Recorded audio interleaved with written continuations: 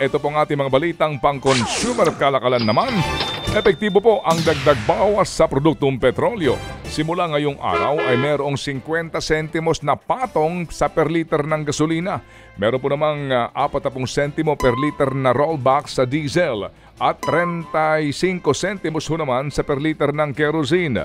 Nauna pong sinabi ng Energy Department na ang paggalaw sa presyo po ay dahil sa posibleng pagbabawas ng supply ng mga oil-producing countries at ang pagtaas ng supply ng krudo sa Amerika. Samantala, posibleng mayroong manipulasyon sa presyo ng baboy sa Visayas at Mindanao. Kinumpirma kasi ng Agriculture Department na tumaas ng 10 piso ang presyo nito sa mga pamilihan doon. Yan ay kahit na nananatiling mababaw na sa 180 piso kada kilo ang farm gate price nito. Sa kabila ng banta ng African Swine Fever, wala naman daw nakitang rason ng DA para sumipa ang presyo. Inatasan ng mga regional director ng ahensya na tugunan ang nasabing problema. Malaki ang tsansang tabasan ng Bangko Sentral ng Pilipinas ang interest rate sa buwan ng Hunyo. Sa pagtataya po ng Bank of America Global Research, posibleng tabasan ng 25 basis points ang interest rates ng bansa sa ikalawang quarter. Hindi raw kasi malabong sabayan ng BSP ang rate cut ng US Federal Reserve. Pagdating ho naman sa ikatlong quarter, posible ho naman daw pong nasa 50 basis points ang ibaba at 25 basis points naman ang ulit sa huling bahagi po ng taon. Sa kabuuan ay nasa 100 basis points ang tinatayang matatapya sa interest rates ng bansa. Nauna pong sinabi ni BSP Governor Eli Remolona na masyado pang maaga kung bababaan ang interest rate sa unang 6 na buwan ng taon.